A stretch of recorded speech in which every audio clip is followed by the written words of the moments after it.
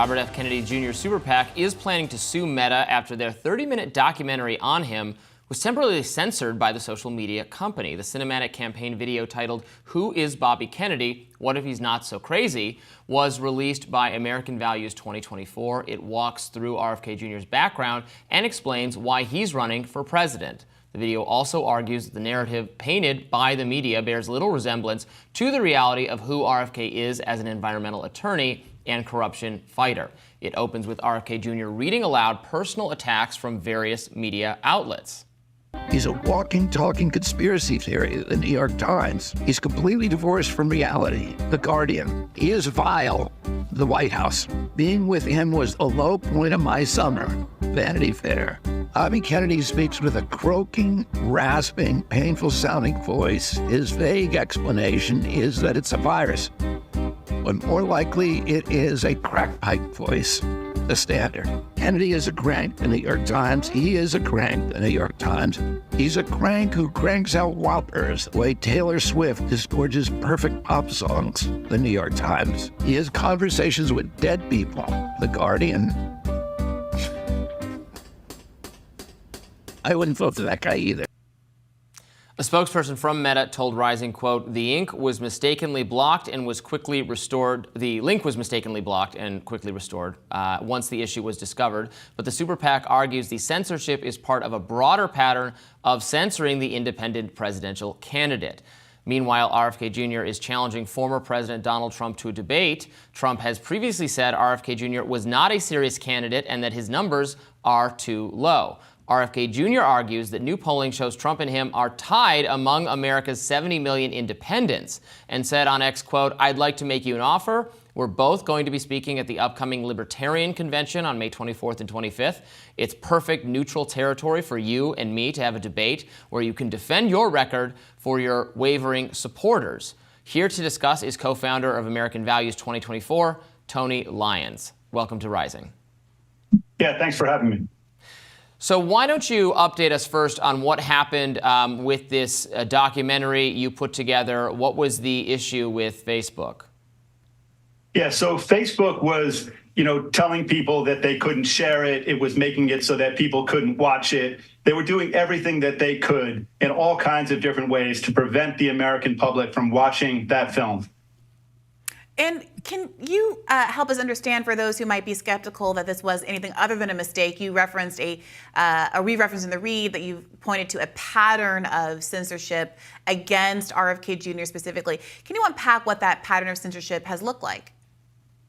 Yeah, so something people ought to keep in mind is that the federal court has found in Murphy versus Missouri that Meta engaged in a pattern of censorship, and that included specifically Bobby Kennedy, and that they did that over a long period of time at the behest and coordinating with the Biden administration. So there's no question that they had personal meetings, in-person meetings with the Biden administration, that they had email contact with them, and that they were specifically censoring Bobby Kennedy. So this is part of that pattern and needs to be seen in that context.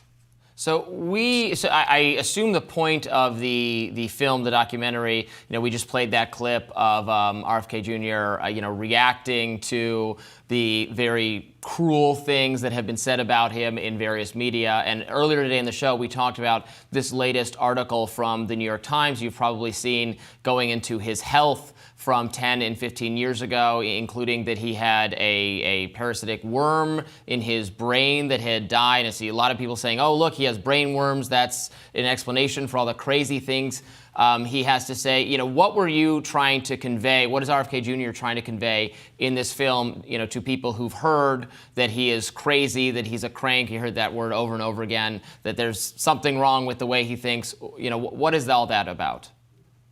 So, Bobby Kennedy has gone up against some of the biggest and most powerful corporations in the history of the world. He's gone after government agencies for their corruption and for the people working at many of these big corporations for their greed and for their disregard for the health and welfare of the public.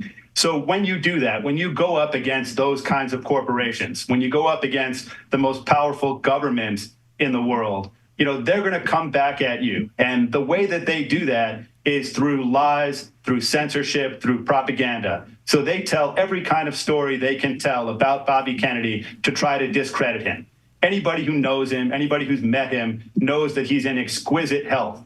He does 25 pull-ups. He can do push-ups. He's 70 years old. He's the most fit and healthy 70-year-old that I've ever met. And I challenge anybody to find a 70-year-old who's in as good mental and physical condition as he is. So all of these games, these just incredible games, are part of an overall onslaught against democracy and against the voting rights of the people of this country. So, Meta's actions, they violate the First Amendment. They violate civil rights laws, dating back more than 100 years. So, this is something that we need to fight against and that we will fight against in federal court. Meta is brazenly censoring Bobby Kennedy, and they need to stop. What civil rights laws are being violated? That will be in the complaint that will be filed in the next 48 hours. Let me ask you, the New York Times' Daily Show just did an episode on RFK Jr.'s ballot access fight. Where is he on that, and how many states does he currently have ballot access in?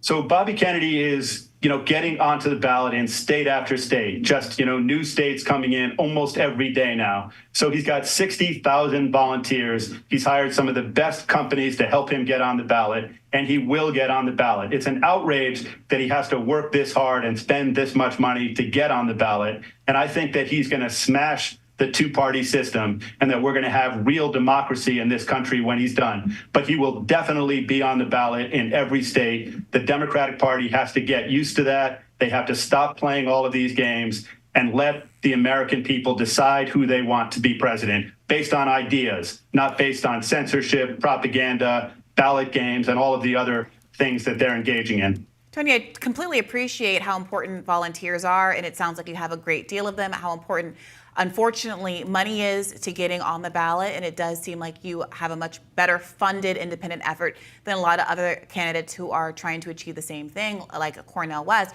But I did wonder if you could tell us squarely today how many states that RFK Jr. has managed to get ballot access in. Yeah, so I believe that it's 10 states now, and that in the coming week, I think it's going to be 3 more states.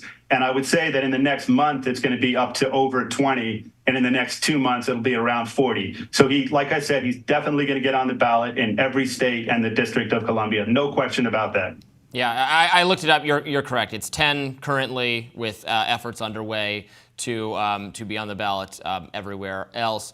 What do you make of, I think, an increasingly negative tone coming from former President Donald Trump toward RFK Jr. In recent days and weeks? He's called RFK Jr. crazy and irrelevant and things of that nature.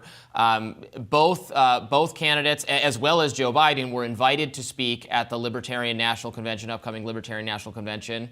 Trump said that he would speak. RFK Jr. has said that he would speak. Now RFK Jr. is saying, well, if we're both going to be there, why not have a debate?